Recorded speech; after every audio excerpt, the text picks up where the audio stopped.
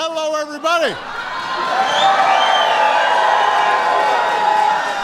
Welcome to the White House.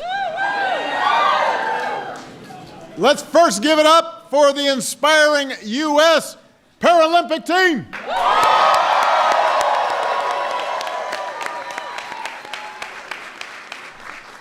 And give it up for the winners of the most medals by far, the 2016 Rio Olympics, Team USA.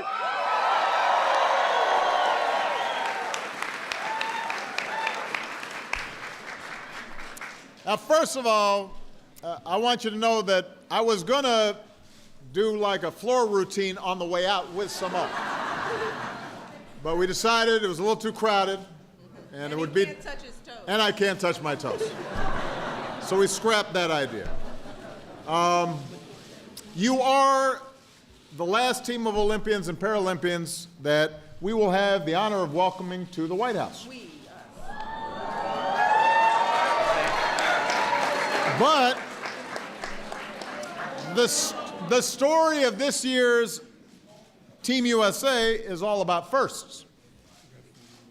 Our Olympians came in first so many times, more than anybody else. It wasn't even close, 46 golds. Not to brag, but 46 golds. You made the U.S. the first country in 40 years to top the medal chart in every category.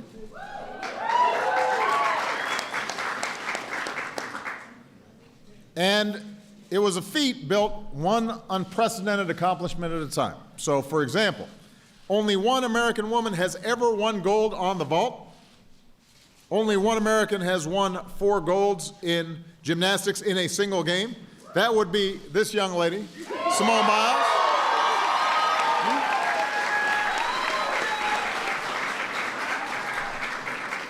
Only one American woman has ever won gold in the shot put. That's Michelle Carter.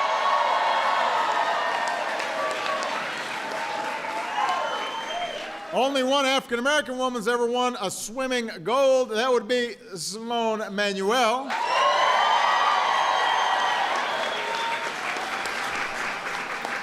Only one American boxer, male or female, has ever won back-to-back Olympic golds, Clarissa Shields.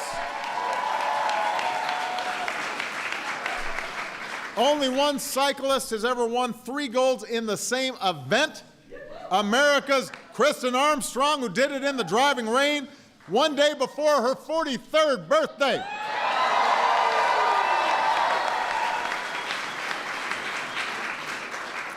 Only one female Olympian's ever medaled at 6 straight games. That would be America's Kim Rhode.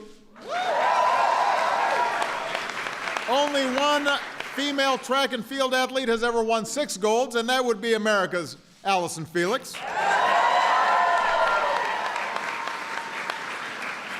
There's only one country ever to sweep every medal in the women's 100-meter hurdles, and that would be the United States of America. Give it up for Brianna and Nia and Christy for the great work they did. And then there's this young woman named Katie Ledecky. Katie's back here somewhere. There she is. I was nervous that she was going to ask me to, hold all her medals while I was speaking or something, because... So she obliterates her own records in the 400 and the 800 freestyle, lapped the field in the 800. When you were watching on TV, you all see it on TV? Like there's nobody else in the pool? Crazy. And then there's some firsts that show the world America's greatness doesn't come only from high scores or fast times, but from our diversity and our tolerance and our open hearts. This summer's fencer, Ibtihaj Muhammad, became the first American female athlete to compete in the Olympic Games in a hijab. And that's important too, because one of the wonderful things we love when we see our Olympians is everybody's from all kinds of different backgrounds and shapes and sizes, although all very good looking. Just exuding health, they're like everybody's teeth's really white and their eyes are really shining. vegetables. Fruits and vegetables.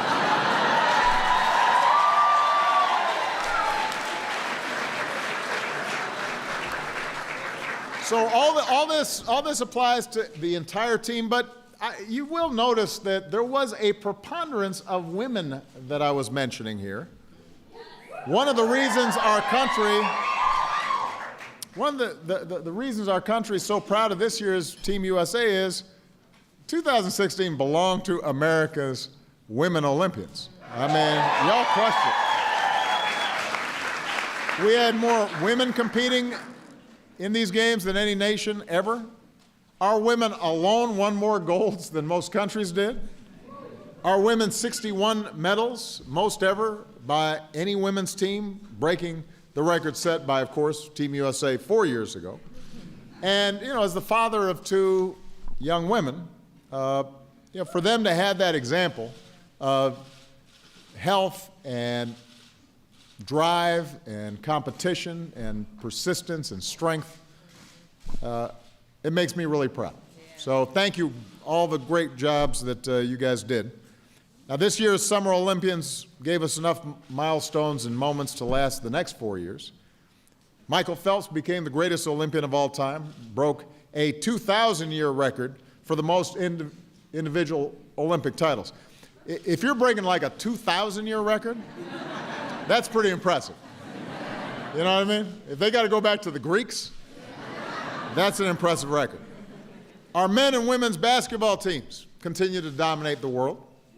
Sam Kendricks, a U.S. Army reservist and pole vaulter, somehow stopped himself mid-sprint and stood at attention when he heard the national anthem playing on the other side of the stadium. Thank you, Sam.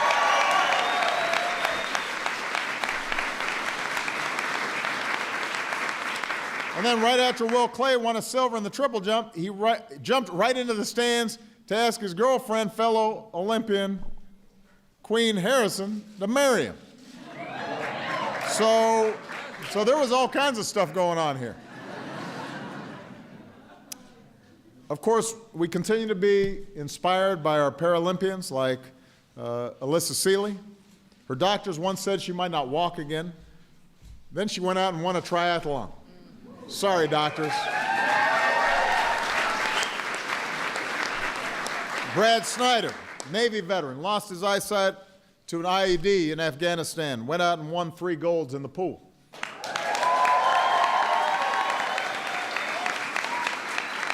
Sergeant Elizabeth Marks, wounded in Iraq, still serves on active duty in our Army.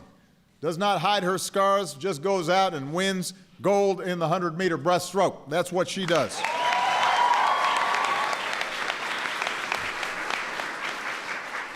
And then we're in awe of American athletes like Abby D'Agostino, who showed that the Olympics are about more than just setting records. It's about sportsmanship and character. Some of you saw when Abby collided on the track with another runner tearing her ACL. Abby popped up, reached out her hands to her competitor and said, "Get up, we have to finish this race. We have to finish this race." And that's a remarkable sentiment in the middle of an individual event. But that's exactly what the Olympic spirit and the American spirit should be all about. So now,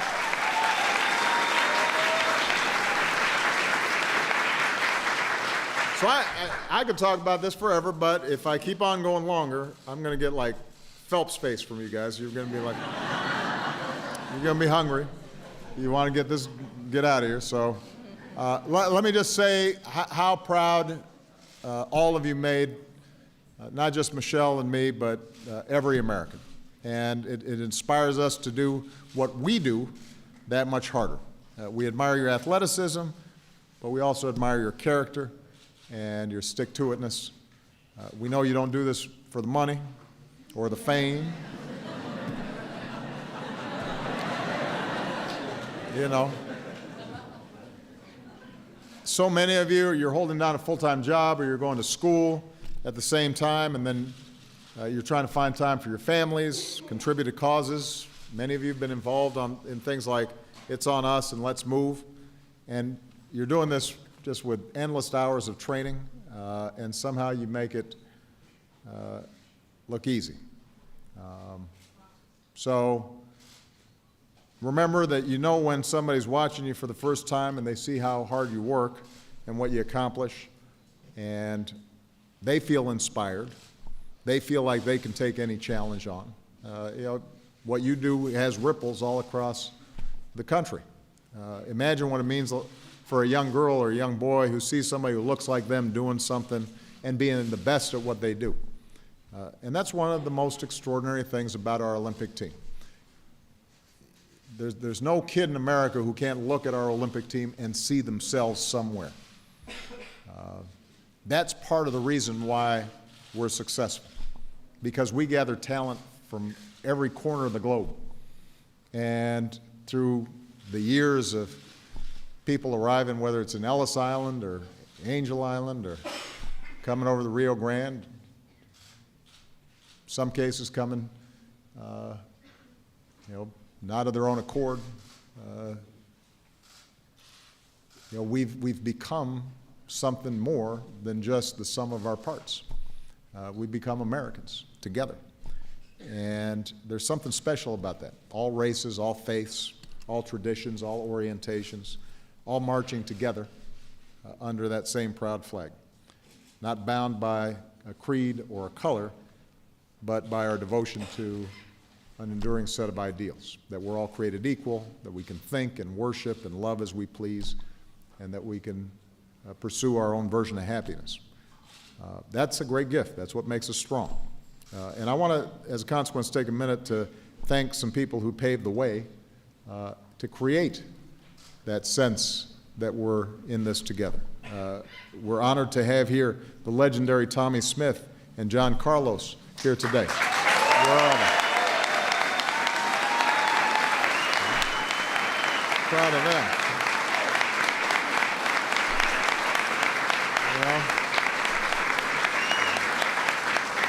Their powerful silent protest in the 1968 games was controversial, but it woke folks up and created greater opportunity for those that followed. And they're now in the brand new Museum of African American History and Culture. You can see their cleats.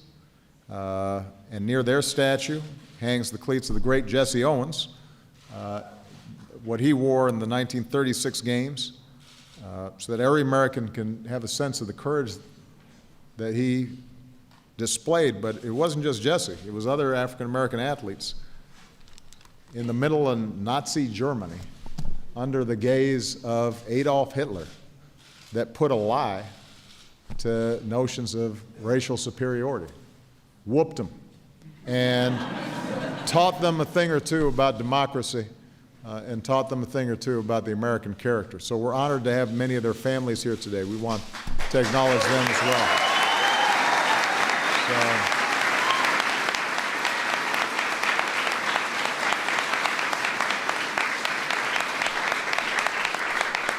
In fact, Jesse Owens once said, "The purpose of the Olympics is to do your best." And Michelle, Joe, and I want to thank all of you for not just doing your best, but inspiring our best. Thanks for leading by example, not just every 4 years or when the cameras are on, but every single day. So congratulations. God bless you. God bless the United States of America. Hey.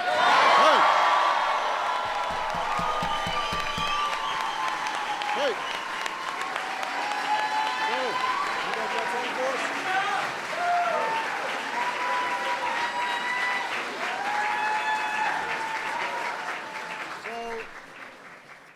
We set up a separate mic for Simone.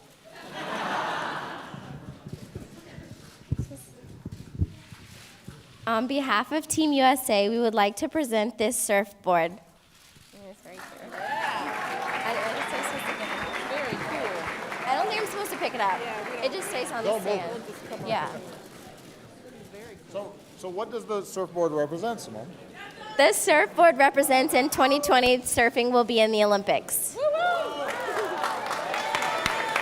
whose signatures are on that surfboard? Olympian signatures are on it. For 2016, yes. Thank you, guys. You're welcome. Thank you, babe. You're welcome. All right. Come over here. All right, Mr. President, thank you so much for inviting all of Team USA into your house, especially the USPNT, the soccer players back there, all looking good right there. And on behalf of all the Paralympians here, we'd like to present you with the Paralympic side and surfboard over here.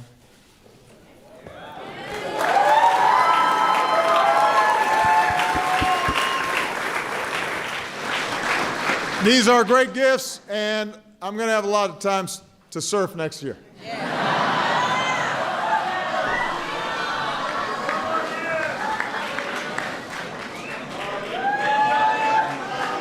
Thank you much. Thank you, everybody.